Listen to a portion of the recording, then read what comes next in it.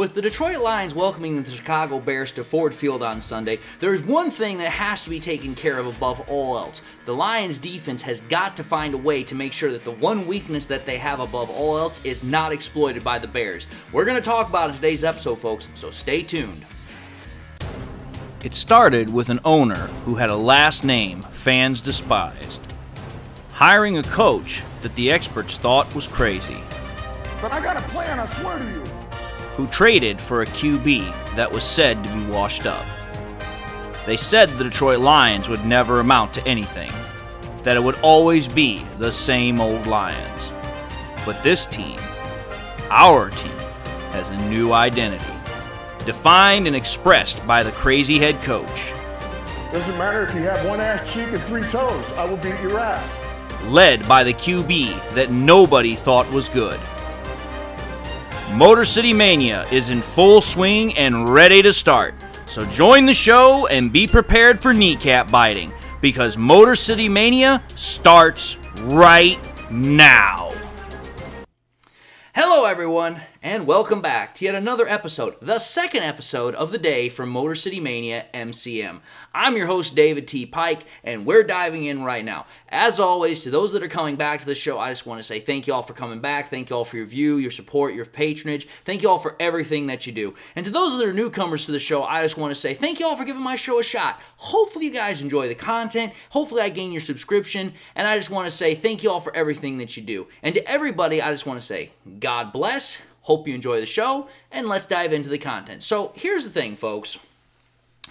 With the Chicago Bears coming to town, it would seem that the Lions pretty much have this game almost kind of wrapped up, almost kind of well in hand. I know that sounds a little bit weird to say because the game hasn't even started. But let's be understanding of a certain situation here. The Lions have the better team, they have the better record, and, well, they're also at home, which also kind of helps to their advantage. Because, again, when you've got the home crowd behind you, you're in an environment that you're comfortable with, you should perform better. However, though, to kind of flip this on the other side of things, nothing is ever certain in life or anywhere else except maybe death and taxes. And when we're talking about this NFL game that we're about to have, especially an NFL division rivalry game, things can get rather squirrely, if you know what I mean. Things can kind of go all off the rails in almost a matter of minutes. So for me, it's like, okay, while the Lions should feel comfortable about this game due to all the advantages that they have and the fact that they are the better team with the better record, they should also be prepared and not take the opponent that's coming into Ford Field too lightly. So, while I'm saying that, the Lions, pretty much I said in my previous episode about this, about the offense, I think the Lions offense is going to do rather well against the Bears defense.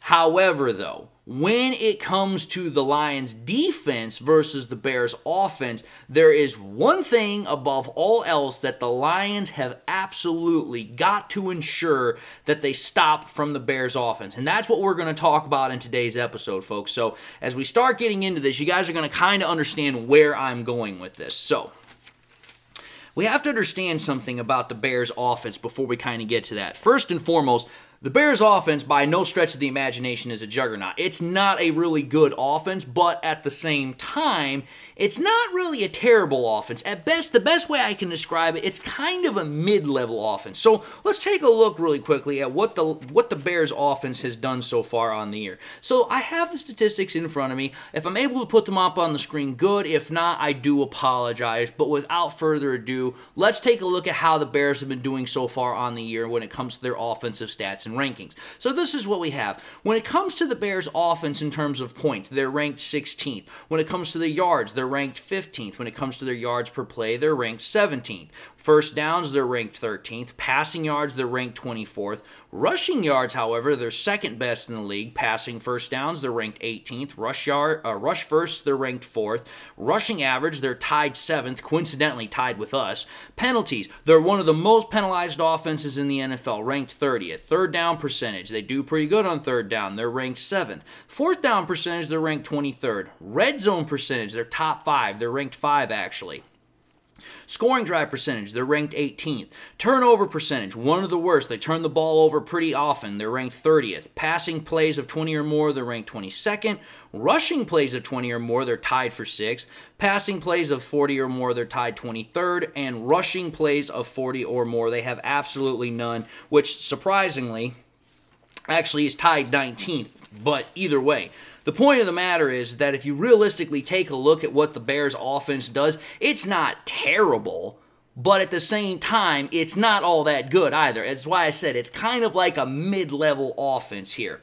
Now, that's what the Bears offense can do. When we take a look at the Lions defense, on the other hand, it has some features or qualities to it that are definitely around the top of the league, top 10. But overall, the best way I could kind of quantify the Lions defense, it's kind of an above average defense. I would probably put it somewhere around the number 12 to number 16 range. It's not top 10, but it's definitely not below average either, or just an average defense. It's probably an above average defense. And that's what we're going to see here when we take a look at these statistics that the Lions defense has. So let's get into it. When you take a look at the Lions defense, they're ranked 18th in points. Not great, but not bad, not really bad either. Yards, they're ranked 8th. Yards per play, they're tied 14th. First downs, they're ranked 9th. Passing yards, they're tied 15th. Rushing yards, they're ranked 2nd. One of the best rush defenses in the NFL. Passing first downs, they're tied 20th. Rush first downs, they're ranked 3rd. Rushing average, they're tied 4th. So again, really good rush defense. Penalties, one of the least penalized defenses in the league. They're ranked 3rd. Third down percentage, they're ranked 7th. Fourth down percentage, they're ranked 20th. Red zone percentage, they're one of the worst red zone defenses in the NFL. They're ranked 30th. Scoring drive percentage, they're ranked 13th. And turnover percentage, they're ranked 17th. So again, when you compile all the data, you take a look at all the stats, this is an above average defense. I know there are people out there that want to keep contesting with me about the Lions defense, but the point of the matter is the stats are on my side. I do not give a thunder what Aaron Glenn says. This is not a pretty damn good defense, as he likes to say. This is an okay defense. This is an above average defense. Past that, that's all I'm willing to give, and the stats back me up on it. But that's not what we're talking about today. We're not talking about Aaron Glenn.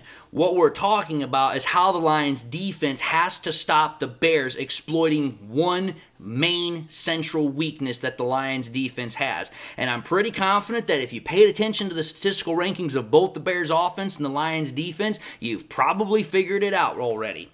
But let's think about this. The biggest problem that the Lions defense has that's centered around the one major component is the red zone defense. I'm sorry.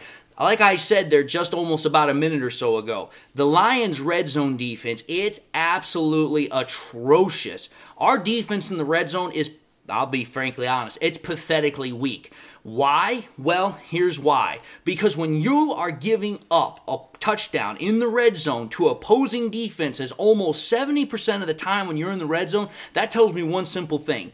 If an opposing offense gets into the red zone on us, chances are they're going to score. And oh, wait a minute. What did I say when I talked about this last week with the Chargers? I said that was most likely going to happen, and oh, by the way, that's exactly what happened. We won a nail-bite squeaker against the Chargers because when our defense got further and further into the red zone or close to the red zone, we could not stop the Chargers offense, which was why they wound up putting 38 points against us. Now, I'm going to say this right now, so that way people can say that I actually did say this and I didn't overlook this. Justin Fields is not Justin Herbert. That's not even close to the same comparison. But the point I'm trying to make here is this. If the Bears somehow find a way to get into the red zone, that could be a major problem for us. Because if you take a look at our red zone defense, we're giving up points almost 70% of the time in the red zone. The Bears' red zone offense is almost scoring at 65% of the time that they're getting into the red zone. That is a match made in hell for a defense because it's like, listen, their offense scores points a lot of the time when they get in the red zone. Our defense gives up points a lot more than that when we get into the red zone. So again, that is a problem that is only further exacerbated upon itself because, like, listen, Bears offense is top 5 in red zone offense. Lions defense is bottom 2 or 3 when it comes to that category. That is not something you want to have put together. Now, again, That is the absolute worst about this whole situation. That's the absolute bad thing about this whole situation. Again, red zone offense, red zone defense does not go for the Lions' favor right now. Again, top 5 red zone offense versus a bottom 3 red zone defense, that's a no bueno move. Now, like I said, that's the bad. But let's think about this. Let's think about why this is not totally a huge problem, but it could be a problem if the Lions don't play their A game here.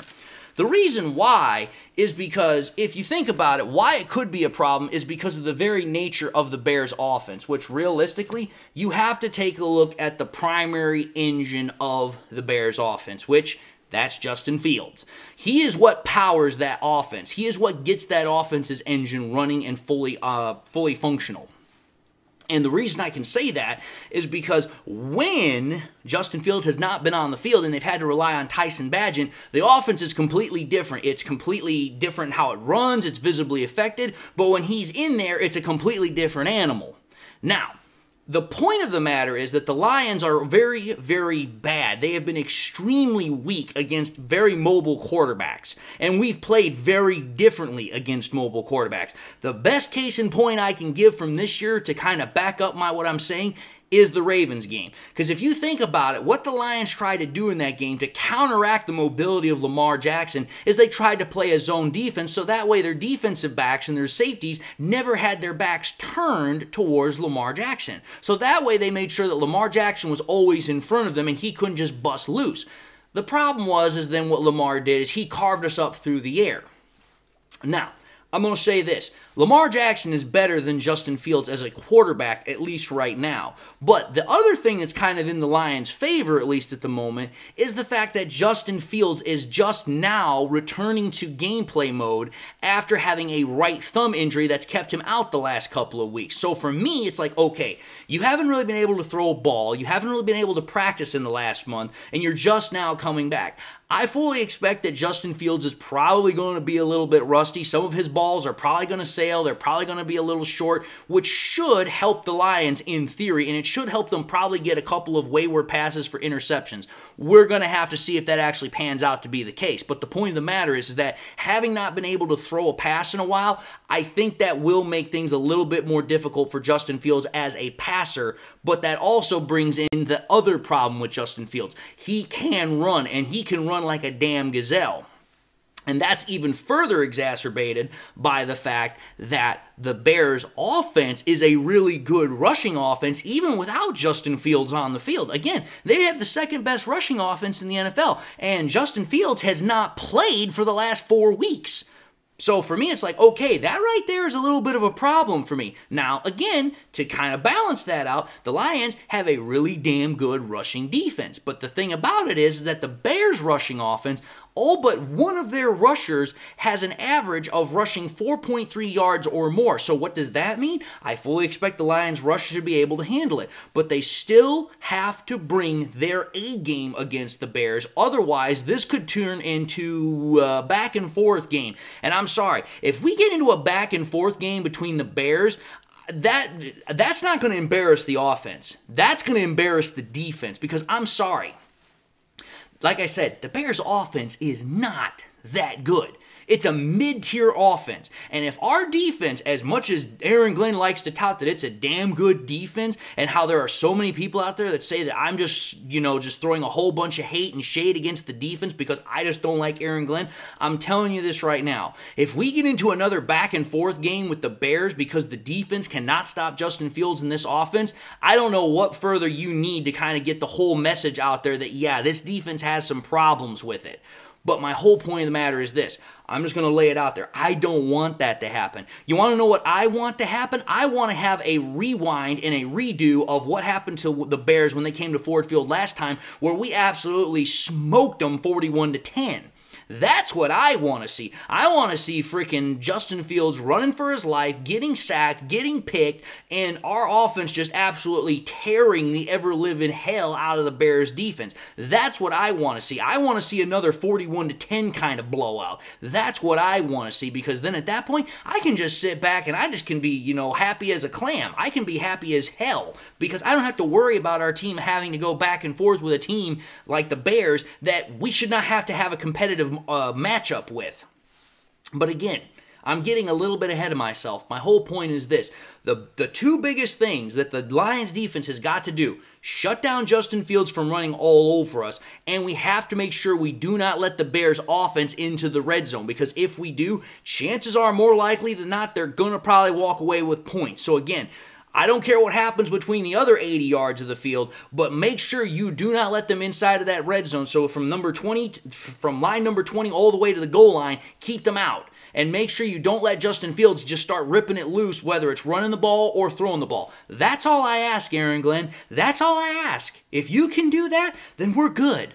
But we're going to have to see what happens come Sunday, which that's tomorrow. So with that having been said, I just want to say thank you all for watching yet another episode of MCM Motor City Mania. If you like what you saw, by all means, I highly encourage y'all to watch the next episode that I got coming at the end of this one. I also encourage y'all, please, to make sure that you do one of these three things. Like, comment, and subscribe to the channel. If by chance you subscribed in the past and you forgot to do so at the time, or you just subscribed, you've not had a chance to do so, again, I want to highly encourage y'all, please subscribe to the channel. It helps me out immensely, and I'm ever so thankful for every subscription that I get. It absolutely is an amazing feeling to have, knowing that I've got somebody else that really values my opinion. But also, after you subscribe, make sure you turn on that bell notification icon as well, so that way you never miss any more content that I push out. Again, subscription numbers are always going up, but we want to make sure you turn on that bell notification icon, so that way you never miss any more content that I push out. So as soon as it comes out, you can watch it, you can add your comment, your thoughts to it, and we can have great discussions about football in general and about the Detroit Lions. Likewise, to help that out, I also encourage y'all to please share this content with your Lions friends and family members. Share it here on YouTube, share it on Twitter, share it on Facebook, share it anywhere and everywhere you can with everybody and anybody that you can. Again, it helps me out. And with that being said, I just want to again say thank you all for watching the content. Thank you all for tuning in. Thank you all for everything that you do. If I haven't gotten your subscription yet, or if I just did, I just want to again highly encourage you all to subscribe, and I want to thank you all for giving my show a shot once more. And with that having been said, I'm just going to say God bless. Thank you all for giving your time for the show, and until the next time I see you, I'll see you all later.